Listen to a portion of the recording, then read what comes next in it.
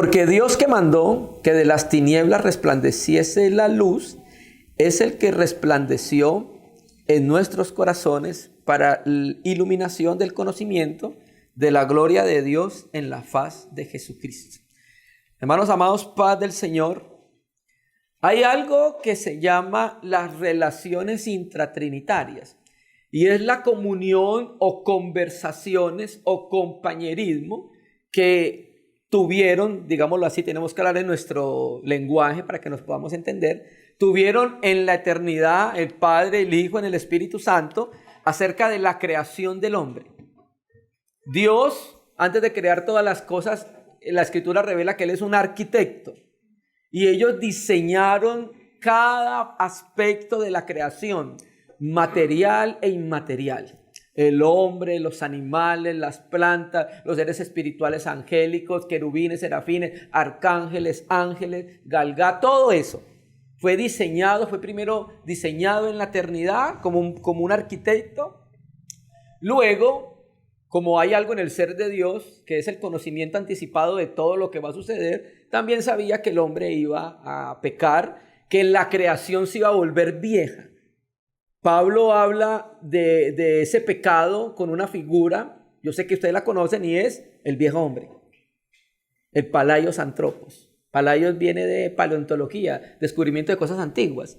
Entonces, el hombre se envejeció, entonces Dios sabía, vio todo eso, entonces diseñó, aparte del plan de la creación, del hombre y de toda criatura, diseñó también el plan de la redención en la eternidad.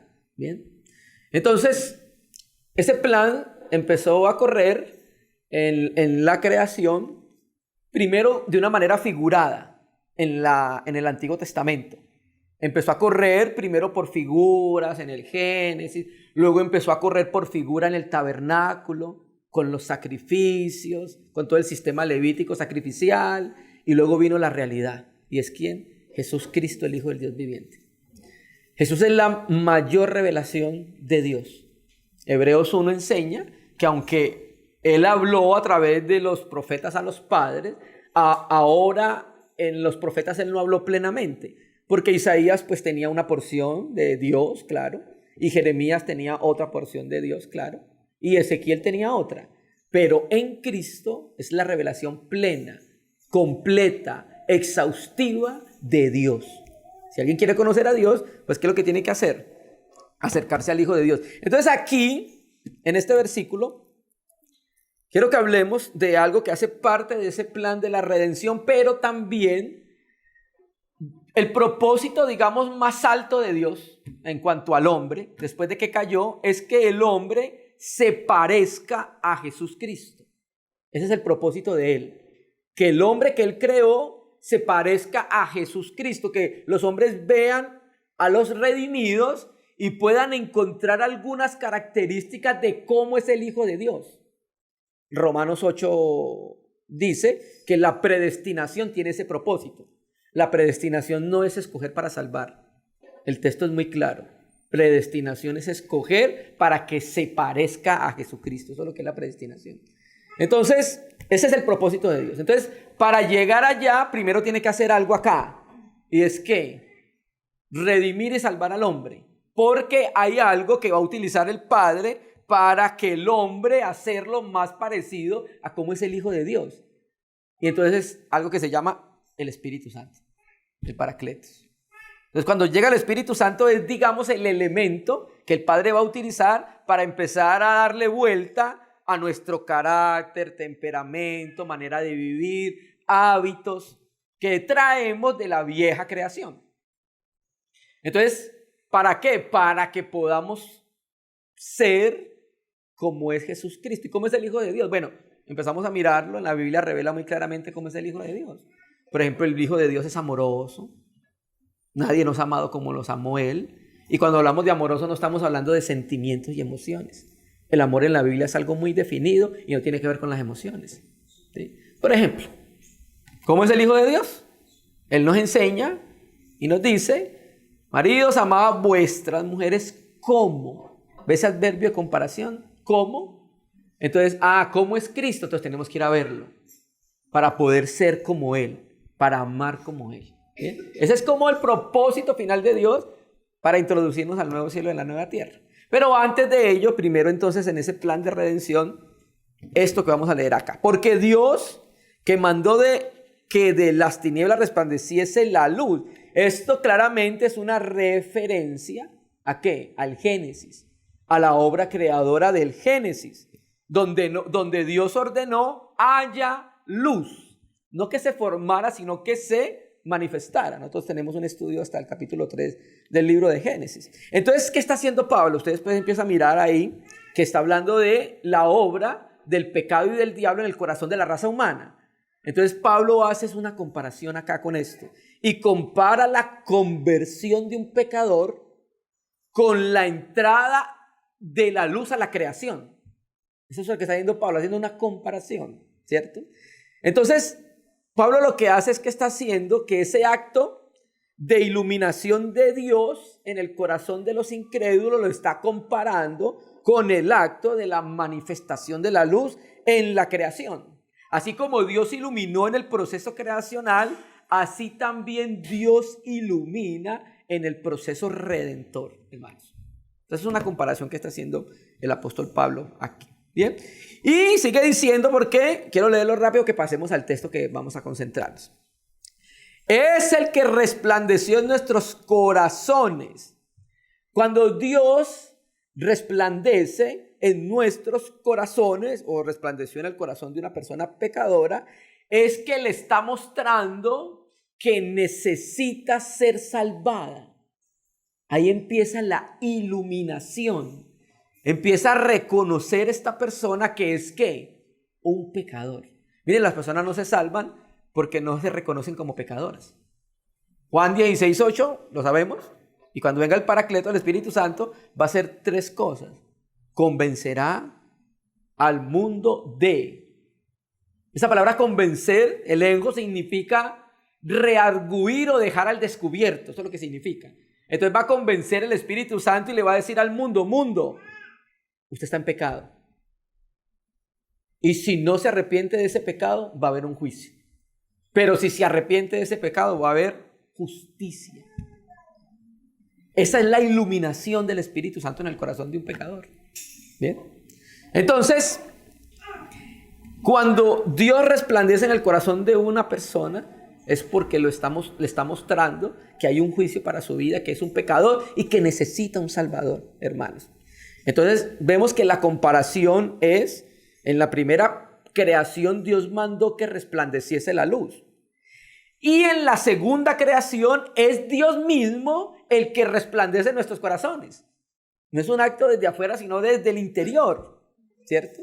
Y ahí dice para qué. Ese para es qué, finalidad y propósito de esa iluminación. Ahí lo dice, para iluminación del conocimiento de la gloria de Dios en la faz de Jesucristo. En la Biblia generalmente conocimiento, cuando usted acerca las escrituras, aquí se expresa el conocimiento como la gloria de Dios, para iluminación del conocimiento de la gloria de Dios en la faz de Jesucristo. Entonces, este pecador, cuando viene esa luz, entonces este pecador empieza a percibir quién es Jesucristo como su Salvador.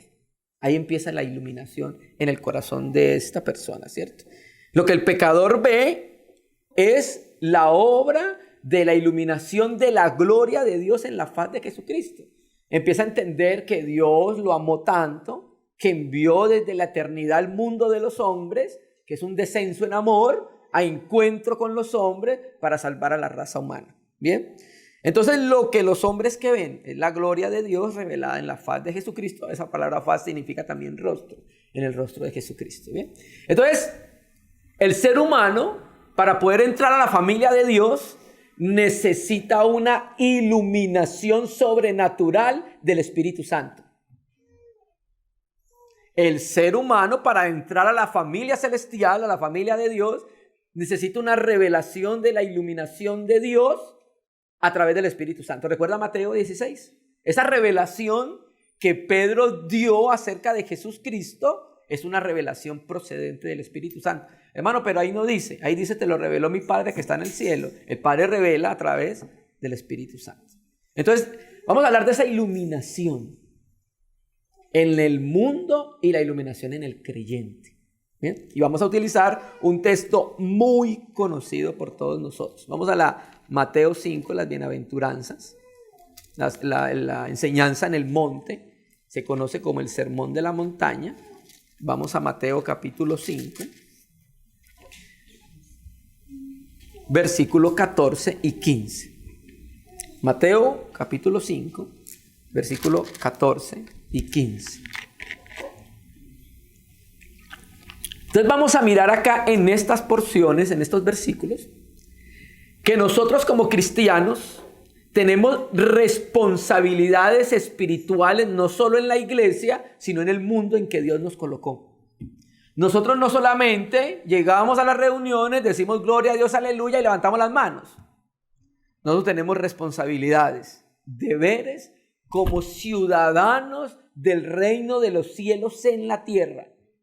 Todos nosotros, porque todos los que hemos nacido de nuevo poseemos, inhabitando en nuestros corazones, el Espíritu Santo. Al tener el Espíritu Santo inhabitando en nuestros corazones es sinónimo de responsabilidad espiritual. Se lo dio porque lo salvó. Cuando Él se nos salva, nos comunica el Espíritu Santo, nos participa del Espíritu Santo. Pero de ahí en adelante nuestra vida de principio a fin es una obra llevada a cabo por Él desde el interior.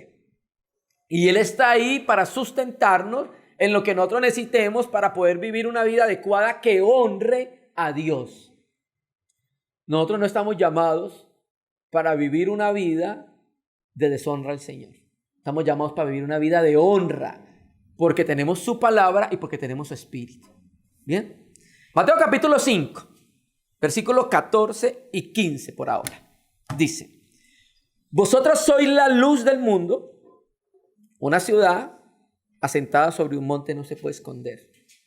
Ni se enciende una luz y se pone debajo de un almud, sino sobre el candelero y alumbra a todos los que están en casa. Bien. El contexto histórico de esta metáfora, porque es una metáfora, empieza en las bienaventuranzas del capítulo 5. Y ahí cuando el Señor sube al monte, empieza a enseñar, y es el capítulo 5, es el capítulo 6 y es el capítulo 7. Porque en el capítulo 8, ahí terminando en el 8.1, ahí dice que cuando descendió Jesús del monte. Entonces en el 5 sube al monte, da la enseñanza, que es todos los 5, capítulo 6 y capítulo 7. Bien, entonces, eso que enseña que se conoce como el sermón del monte, la enseñanza en la montaña, habla de la evidencia de la realidad espiritual, del estilo de vida que deben tener los que pertenecen al reino de Dios. Esa enseñanza del Sermón del Monte habla de cómo es el carácter del ciudadano del reino de Dios. Ahí empieza a decir que hay que ser pobres en espíritu, empieza a dar características de cómo debemos ser, ¿cierto? Entonces esas bienaventuranzas lo que hacen es que describen el carácter y las aptitudes que deben evidenciarse en un hijo del reino. ¿Bien? Y ahí empezamos a mirar nosotros desde el capítulo 5 hasta el versículo 16, ¿sí? Y vemos 4 actitudes que debemos tener. Primera actitud, nuestra actitud hacia nosotros mismos, en el versículo 3, los pobres de espíritu. Nuestra actitud hacia nuestros pecados, que es en el capítulo 4, en el capítulo 5, versículo 4 y 6. Nuestra actitud hacia el Señor, que es del versículo 7 hasta el versículo 9. Y nuestra actitud hacia el mundo, que comienza en el versículo 10 y termina en el 16. Esa es la que vamos a hablar. Nuestra actitud hacia el mundo. También hacia la iglesia, pero primero empieza hablando del mundo. ¿Bien? Entonces por eso trajimos este versículo. Entonces, en estos versículos, que empieza desde el 13, el Señor utiliza 2 metáforas. Ustedes la conocen, sal y luz. Y la luz luego se divide en otras 2 figuras. ¿Bien?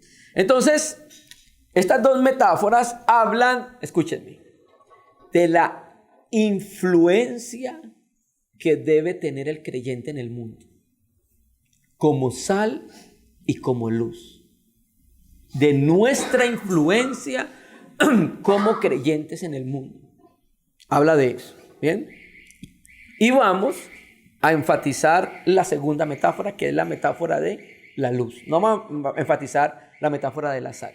Vamos a enfatizar la metáfora de la luz. Vamos a mirar cómo nosotros debemos influenciar en el mundo que estamos. Y el Señor utiliza entonces esa metáfora.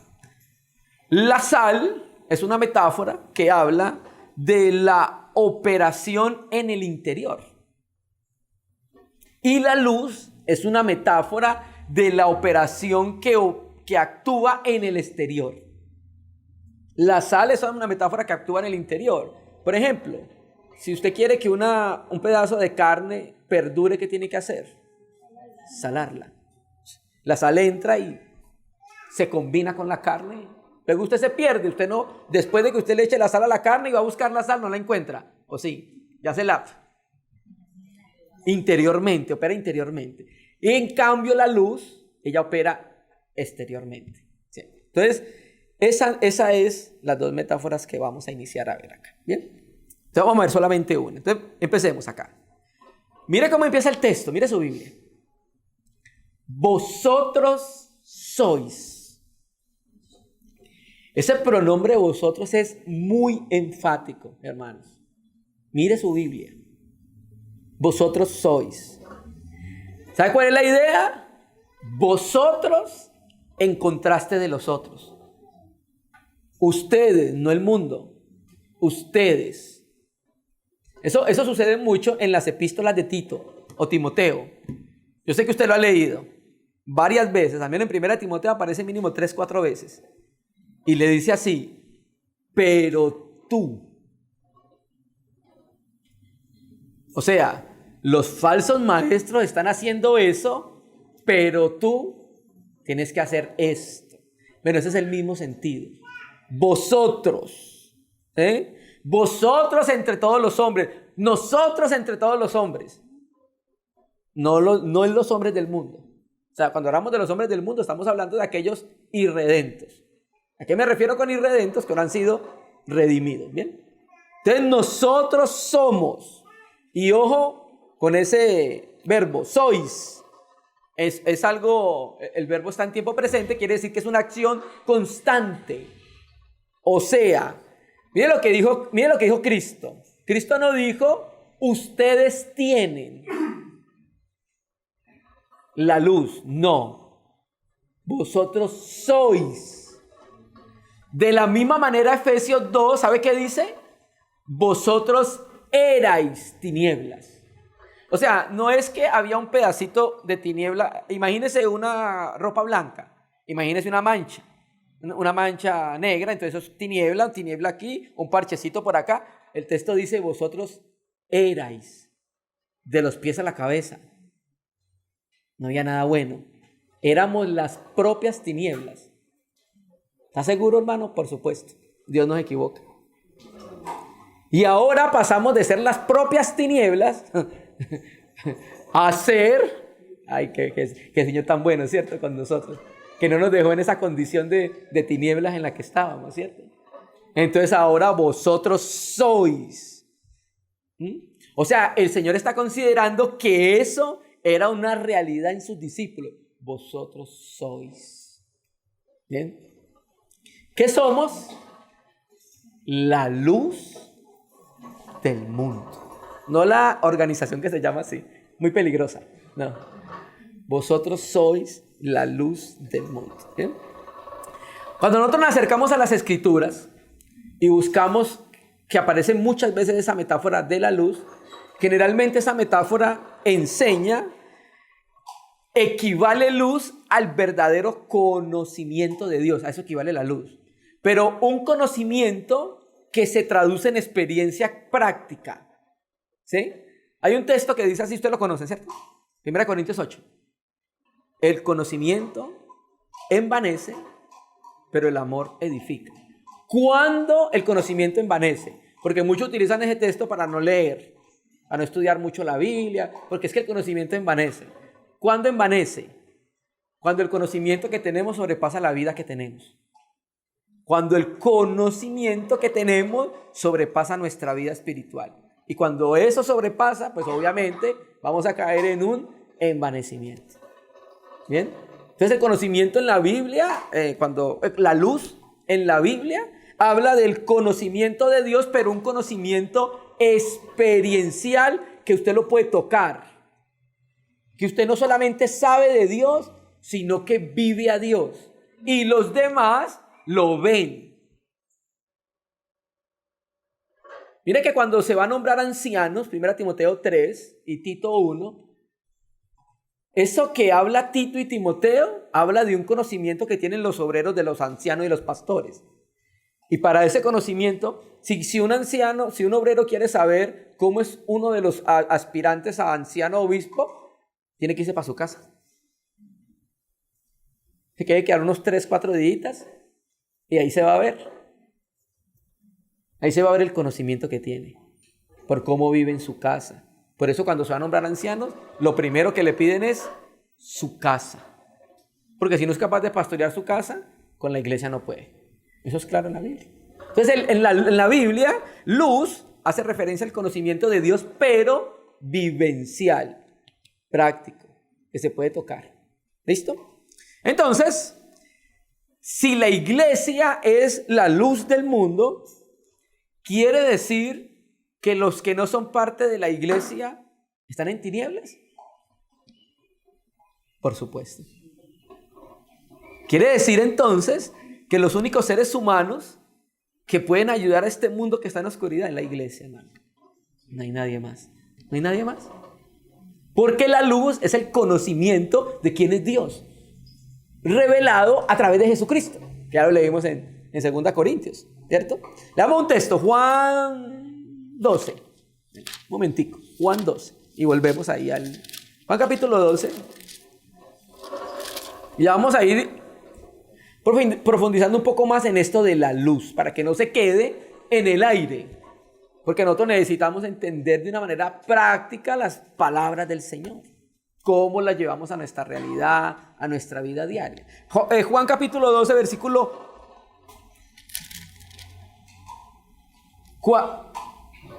46. Juan 12, 46. Yo, la luz, he venido al mundo para que todo aquel que cree en mí no permanezca en tinieblas. Mire su Biblia. Mírela, mire ese versículo. ¿Qué quiere decir? Que sin la venida de Jesús Cristo a la tierra, todavía estuviéramos en tinieblas. O sea que la condición propia del ser humano es en oscuridad. Es en tinieblas. ¿Y cómo se ve ahora en términos prácticos? ¿Cómo se reconoce que una persona está en tinieblas? Por su forma de vivir, por su forma de actuar, por su forma de pensar, por su forma de ser. Porque no ha sido iluminado. Y la iluminación es en la mente y en el corazón. Entonces, lo propio de la raza humana por estar en pecado es que es pecadora, al ser pecadora, está en tinieblas, está en oscuridad. Son puras metáforas que utiliza la Biblia. ¿Bien? Entonces, hermano, el mundo, las personas del mundo, porque cuando dice Juan, de tal manera amó Dios al mundo, ahí son las personas del mundo. ¿Bien? Entonces el mundo, las personas que están en el mundo, están entenebrecidas por causa del pecado y por causa del diablo. Hermano, ¿qué tiene que ver el diablo aquí? Pues mucho, porque en 2 Corintios dice, ya lo vamos a leer, que cega el entendimiento, oscurece el entendimiento de la raza humana. Bien, entonces, volvamos al texto de Mateo. Entonces, cuando el Señor Jesús allá en la montaña dijo que nosotros somos la luz del mundo, ¿qué quería decir el Señor? Bueno, ¿la luz para qué sirve? Inicialmente, para alumbrar. ¿Y qué alumbra?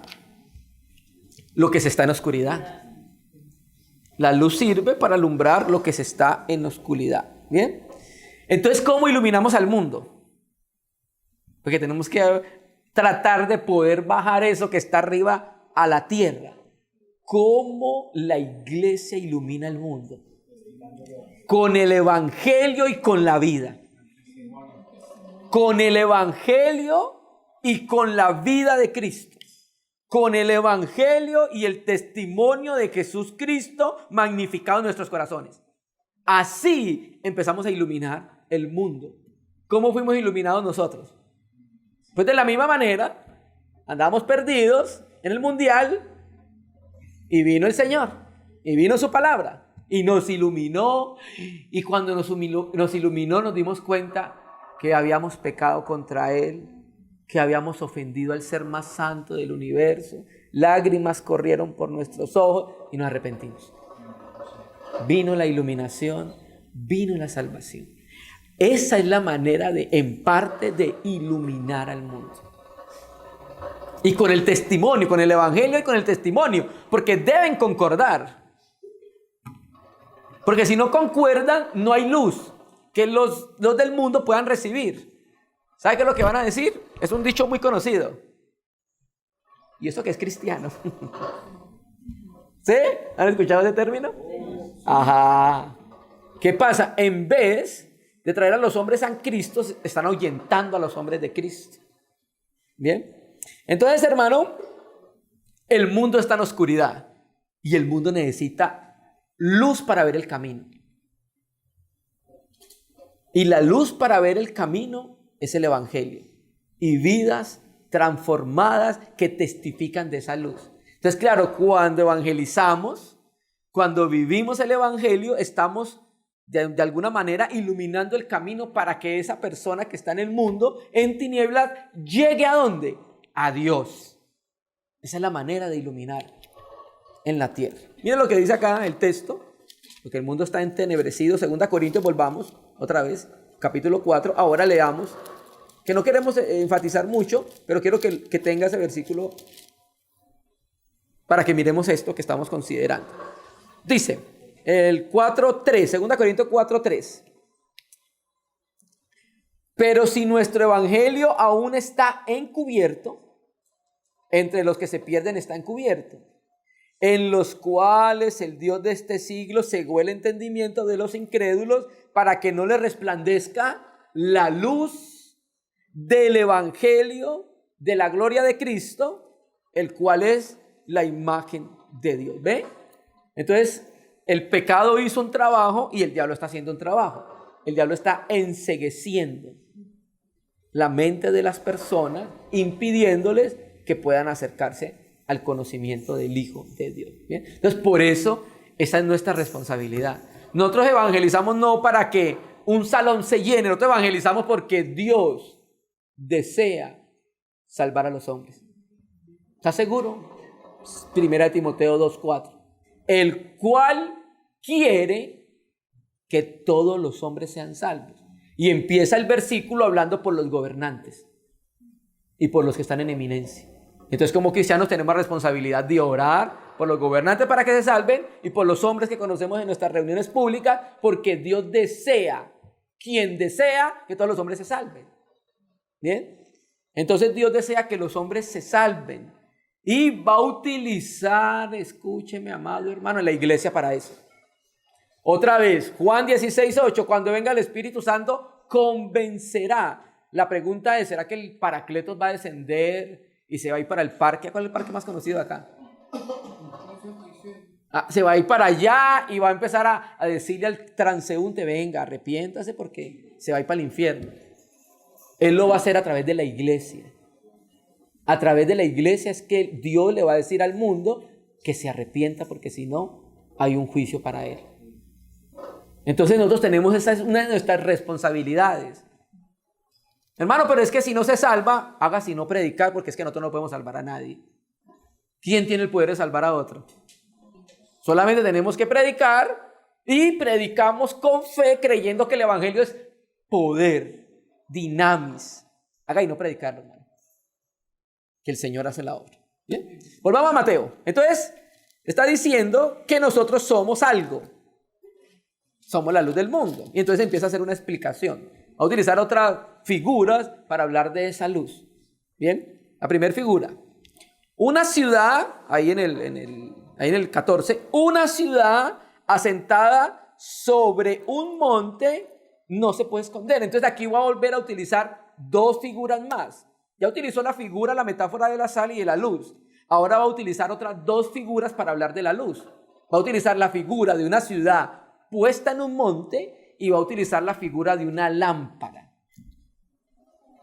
sobre el candelero. Esas dos figuras va a utilizar para hablar de realidades espirituales en las cuales la iglesia debe introducirse, hermanos, ¿cierto? Entonces, estas figuras, la ciudad sobre un monte, habla de una realidad espiritual, y la lámpara sobre el candelero habla de otra realidad espiritual. ¿Y sabe cuál es? Uno, la ciudad sobre un monte habla de una iluminación exterior. Y la lámpara sobre el candelero habla de una iluminación interior. Esas son dos realidades espirituales. Eso hace parte de lo que somos. Somos luz para afuera y somos luz para adentro. Y acertó el Señor con estas dos figuras acá. ¿Bien? Entonces la primera figura, la ciudad asentada sobre un monte. Mira, la mayoría de ciudades antiguas, incluso Jerusalén es una ciudad que está sobre un monte, porque usted siempre en la Biblia lee, y también cuando lee un libro de geografía bíblica, a Jerusalén se sube. Siempre se sube a Jerusalén. ¿Bien? Entonces las ciudades antiguas, muchas de ellas, eran edificadas sobre los montes y luego se les colocaba murallas alrededor. Y usted a lo lejos siempre veía esas ciudades que estaban asentadas sobre esos montes, ¿cierto? Entonces, de la misma manera, el discípulo de Cristo debe ser visible ante los ojos del mundo, así como una ciudad que es asentada en un monte. De la misma manera, ¿cierto? Su vida, su testimonio deben ser notorios a los de afuera. Los de afuera deben reconocer en nosotros un espíritu diferente. Y si no lo hacen, tenemos problemas. Porque no estamos representando adecuadamente la vida de resurrección de Jesús el Cristo, el Hijo del Dios viviente. Entonces esa ciudad asentada allá, ella refleja una luz allá, ¿cierto? Y desde ese monte ella alumbra a los que están afuera, ilumina en el exterior. Entonces los creyentes son luz o como una guía para el mundo que está perdido. No hay otra guía que le dé luz a las personas de la tierra.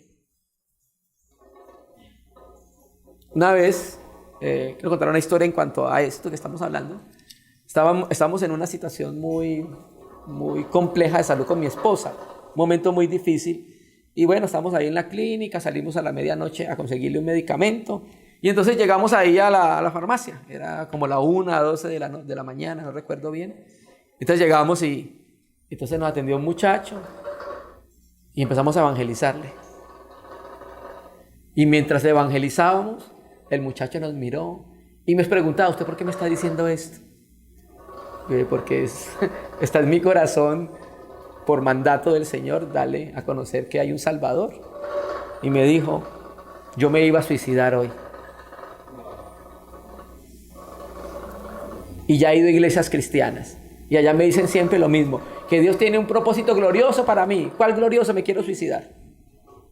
El propósito es que conozca que Jesús es el Cristo, el Hijo del Dios viviente. La luz, el mundo la encuentra en la iglesia, hermano.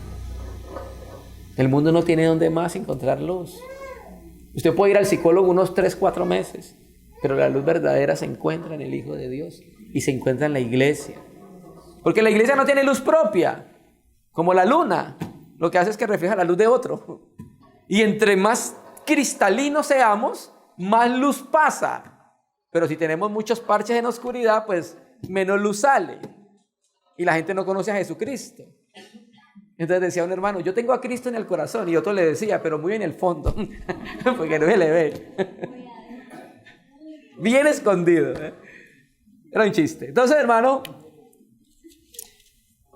así como la luz en esa ciudad, en el monte, tiene la finalidad de iluminar las calles, ¿cierto?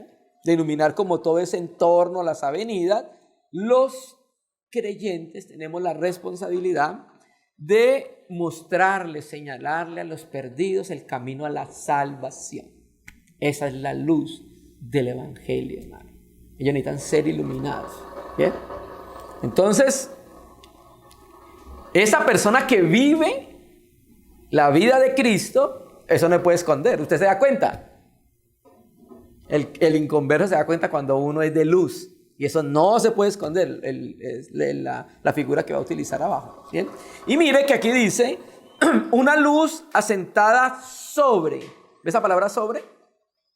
La palabra griega epano, encima. ¿Bien?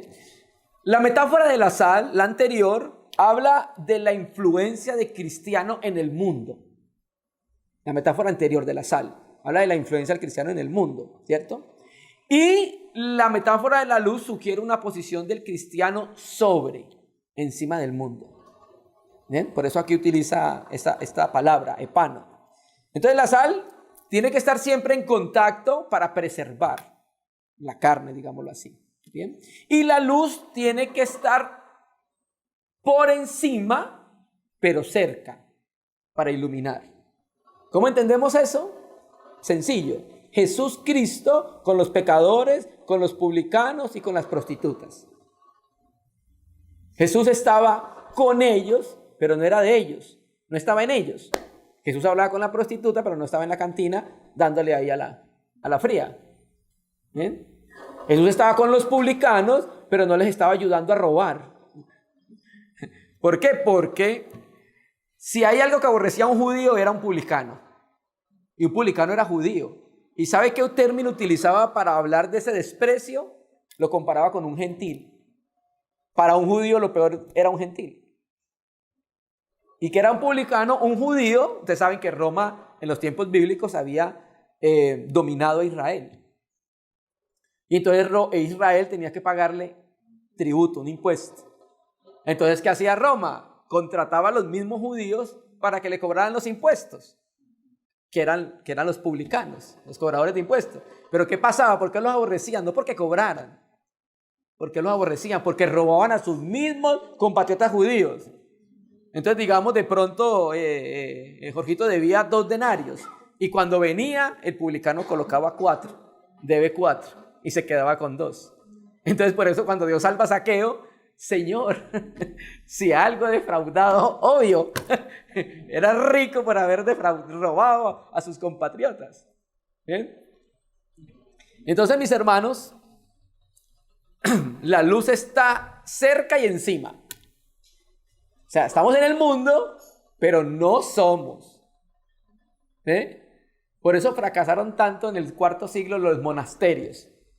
El Señor nos mandó a eso. ¿Sabe qué nos mandó Juan 17? Que fuéramos guardados. No nos mandó a salir. Nos mandó a ser guardados del mundo. ¿Dónde vamos a iluminar? Allá en un castillo nosotros solos.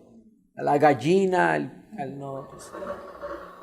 El testimonio tiene que verse, hermanos. Los hombres necesitan conocer al Hijo de Dios. ¿Bien? Listo. Entonces, los creyentes...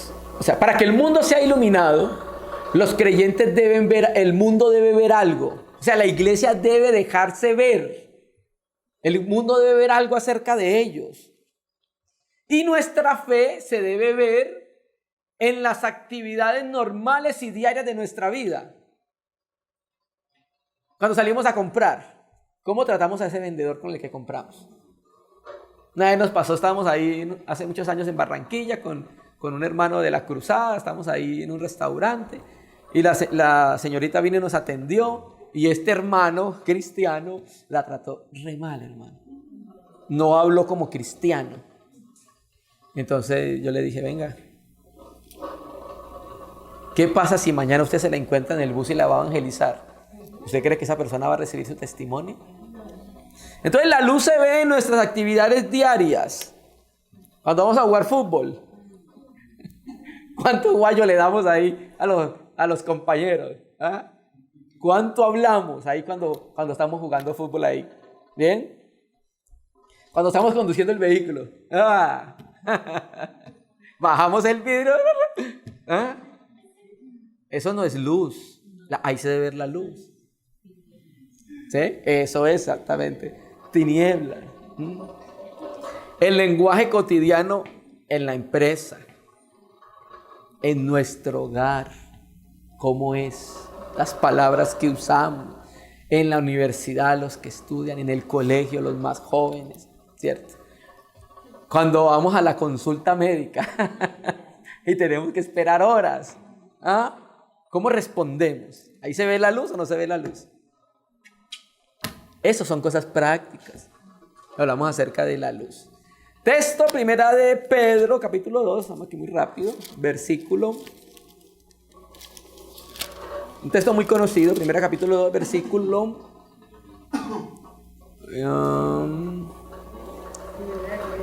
2, versículo 9. Capítulo 2, versículo 9. Mas vosotros, otra vez, mas vosotros, sois linaje escogido, real sacerdocio, nación santa, pueblo adquirido por Dios, para que anuncie las virtudes de aquel que os llamó de las tinieblas a su luz admirable. No quiero enfatizar el real sacerdocio, la nación santa, el pueblo adquirido por Dios, sino que quiero enfatizar el anuncio. Somos eso, esa es nuestra constitución, nuestra realidad espiritual, y somos esos para que algo salga de nosotros. ¿Y qué es lo que debe salir según el texto? Para que anunciemos. Esa palabra anunciar significa declarar hacia afuera. Está una sola vez en el texto griego. Y significa dar a conocer algo que se ignoraba. Eso es lo que tenemos que anunciar. Algo que el mundo ignora. ¿Qué ignora el mundo? El mundo ignora a aquel que nos llamó de las tinieblas a la luz. Eso es lo que el mundo ignora, ¿cierto? Y entonces, ¿qué tenemos que anunciar? Aretas, esa es la palabra griega, virtudes, o las perfecciones, o las cualidades de Dios. Hermano, yo, un hombre como yo, tengo la responsabilidad de anunciar las virtudes y cualidades de Dios. Sí. ¿Por qué? Porque nos dio el Espíritu Santo. ¿Dónde va a conocer el mundo que Dios es amor? ¿Dónde va a conocer el mundo el perdón? ¿Dónde va a conocer el mundo la sabiduría de Dios? ¿Sabe qué dice Efesios capítulo 3? Sumándolo con primera de Pedro 1, 12. Que los ángeles encuentran en la iglesia el misterio de Cristo. Entonces tenemos esa responsabilidad no solo a ellos, sino al mundo, de anunciar cuán sabio es Dios cuando la sabiduría se va forjando en nosotros, cuán amoroso es Dios cuando su amor va encontrando salida en nosotros. Bueno, tenemos esa responsabilidad, sí. Para eso nos dio su Espíritu Santo y no nos lo hubiera dado. Anunciar las virtudes de aquel que nos llamó. Entonces, hermano, cuando Dios brilla con su luz a los que están perdidos por medio de los regenerados, o sea, por la iglesia, ¿cierto? Esa luz va a traer a los hombres a Dios, porque nosotros no atraemos los hombres hacia nosotros. Ese no es nuestro trabajo. Nuestro trabajo es atraer a los hombres a Cristo. ¿No es el que los puede salvar? Nosotros no tenemos poder de nada. Tenemos que llevarlos. Mira, ese, como el Bautista, es el Cordero de Dios. Es el que lo puede salvar, es el que lo puede perdonar, es el que lo puede transformar, es el que lo puede fortalecer en todas las situaciones. Él.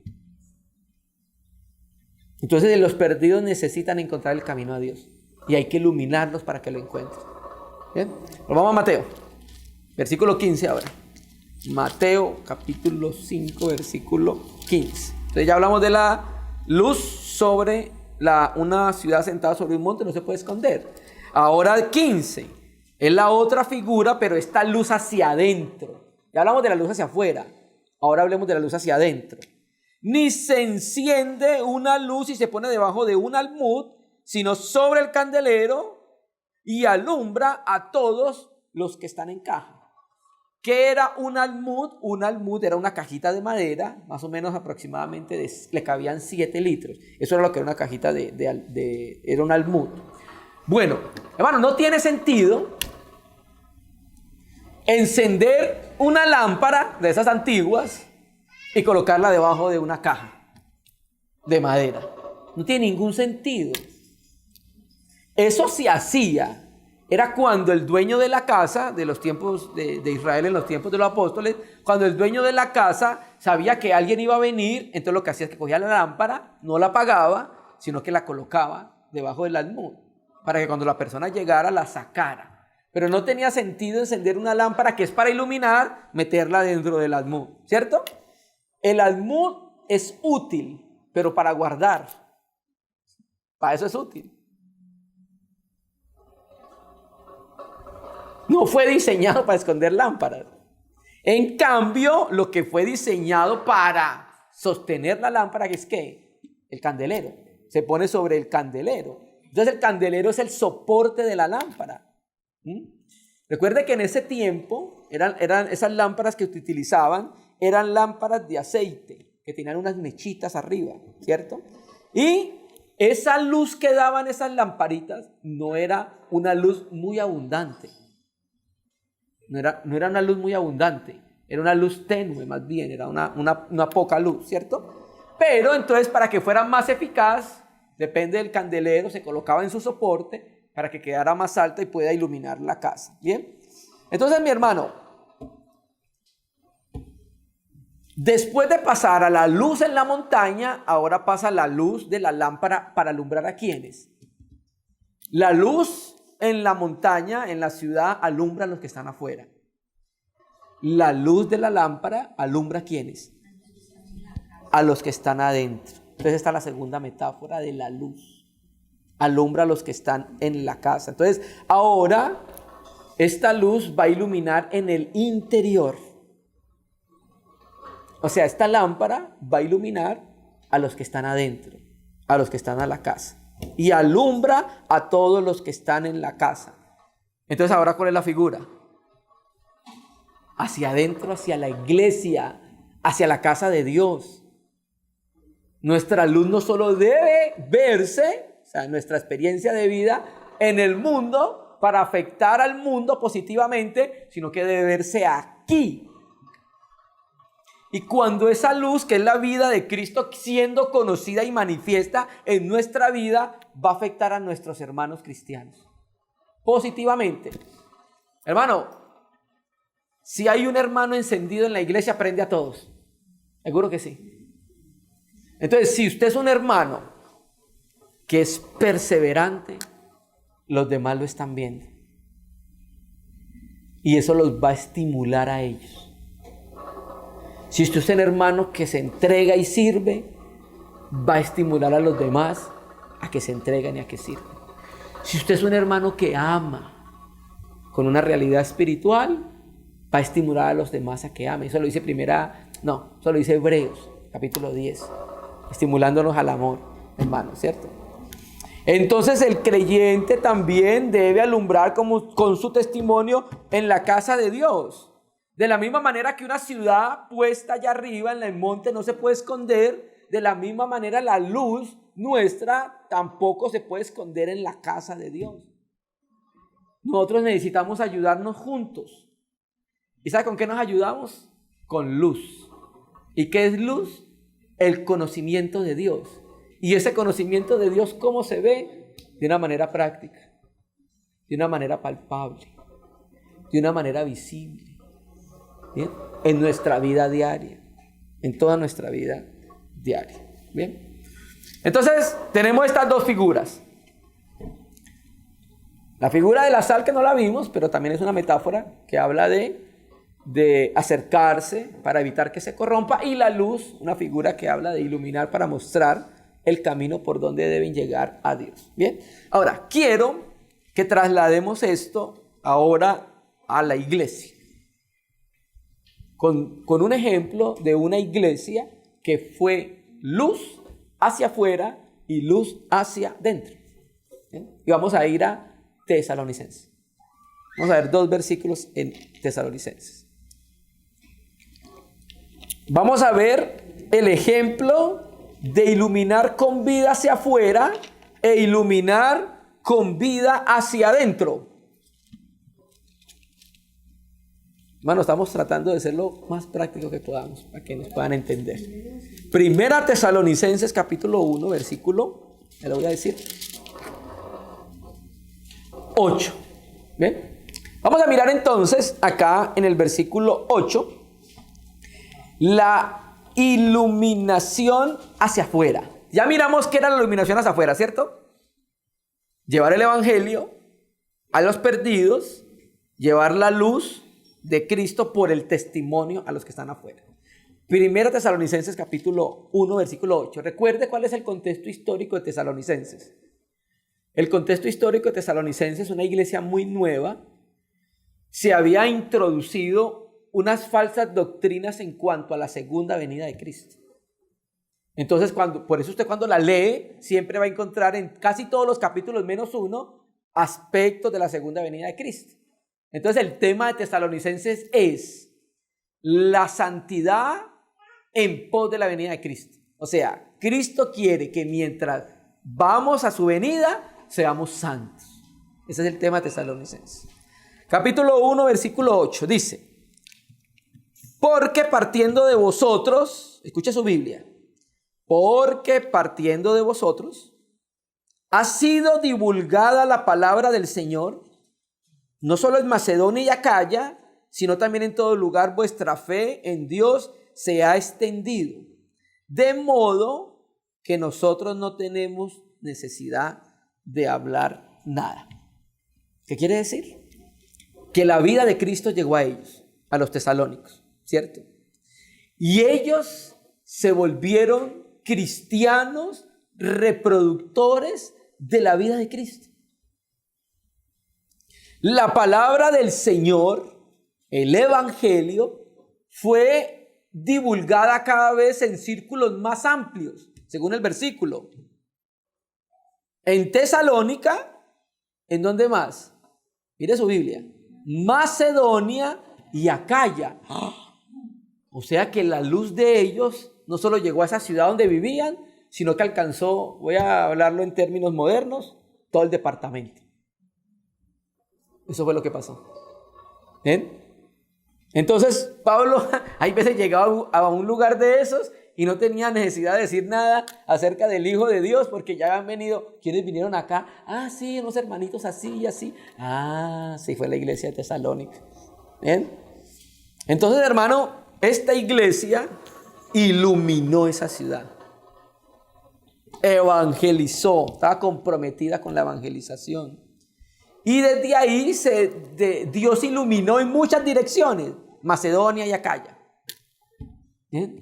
Estaban introduciéndose en el mandato del Señor. ¿Cuál? Vosotros sois luz del mundo. ¿Y qué vamos a hacer con esa luz? La vamos a esconder. Yo recuerdo cuando el Señor me salvó, año 2003, y al principio a mí me daba miedo evangelizar. Yo creo que es casi una experiencia común de todos los cristianos, hermano. Hay un miedo que uno tiene, y por allá la primera vez, por allá arriba en Medellín, por allá, no me acuerdo ni siquiera qué barrio, cómo es que se llamaba, por allá evangelicé a una muchacha y terminó arrodillándose. Me vine todo el camino llorando, porque había podido evangelizar. Había como pasado ese temor que uno tiene, hermano. Hay veces cuando uno se sube a los buses a evangelizar, le da a uno como hay algo, pero ya, no lo pasa rápido. ¿Bien? Entonces, hermanos, Tesalónica iluminó las tinieblas, la iglesia en Tesalónica iluminó las tinieblas de Tesalónica. ¿Se entendió?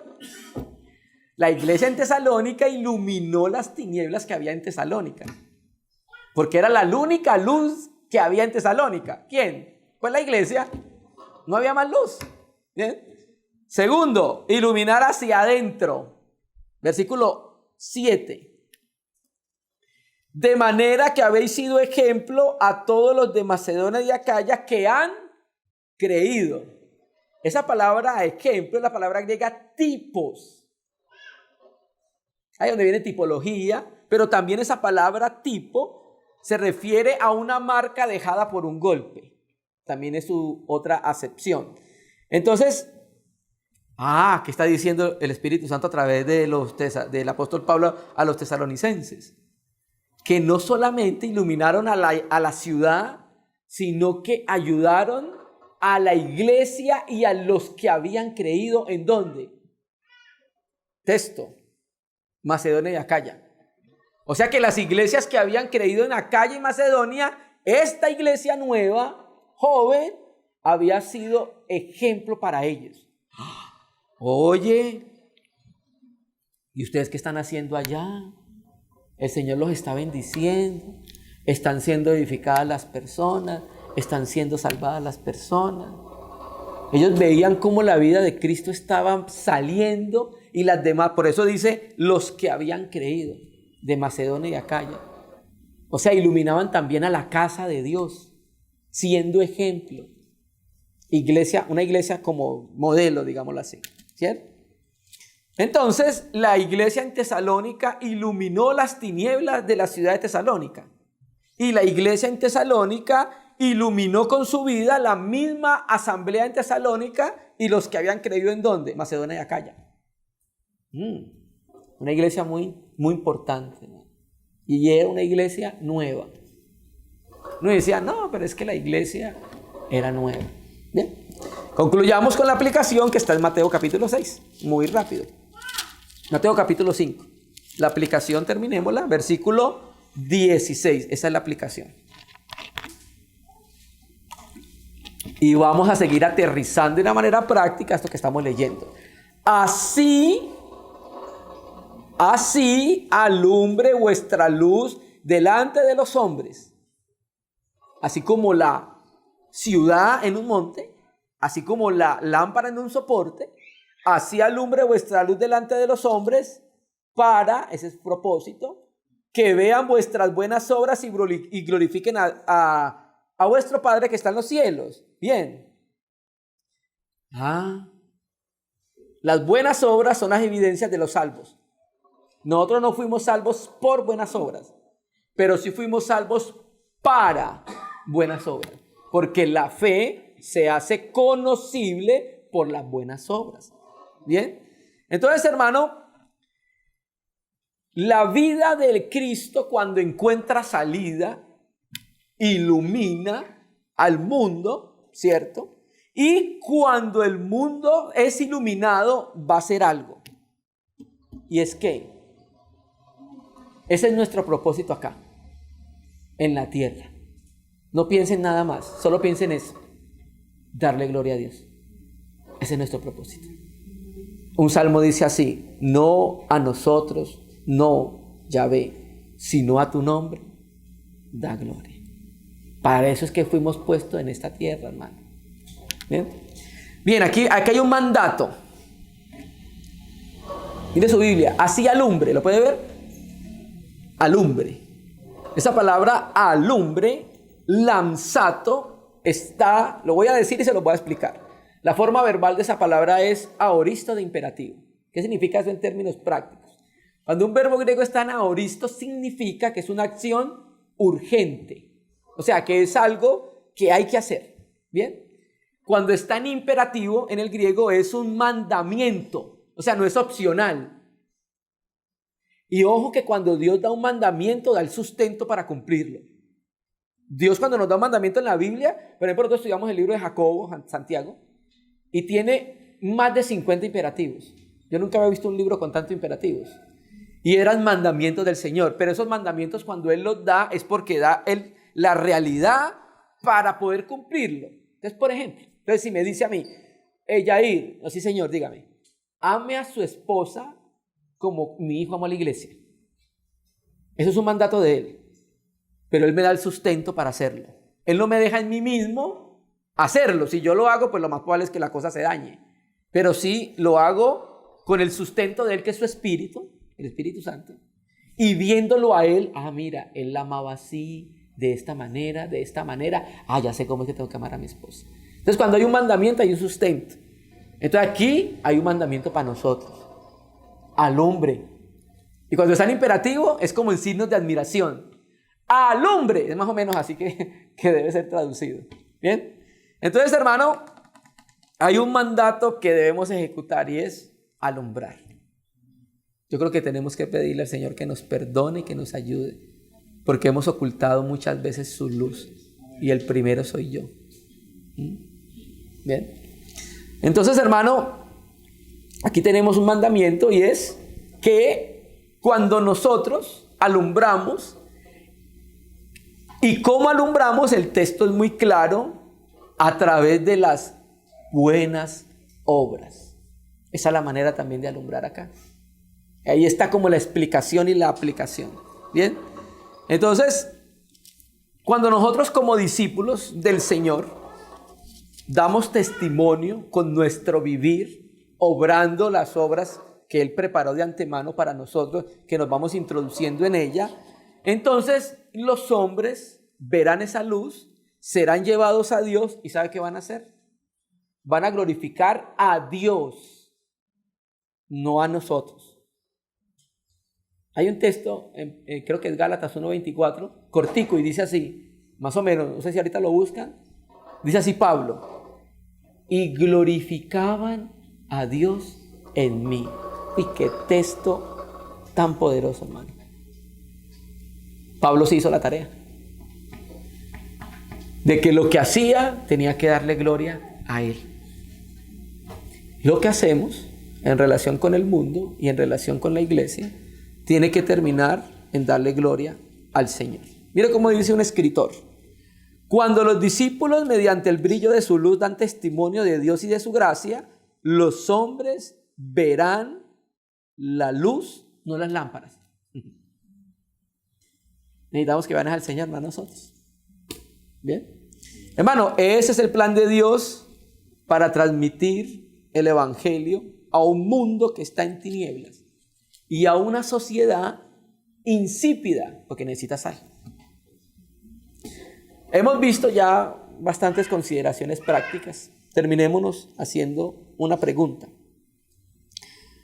¿Por qué el mundo no se encuentra muchas veces con Cristo a través de nosotros? ¿No se ha preguntado?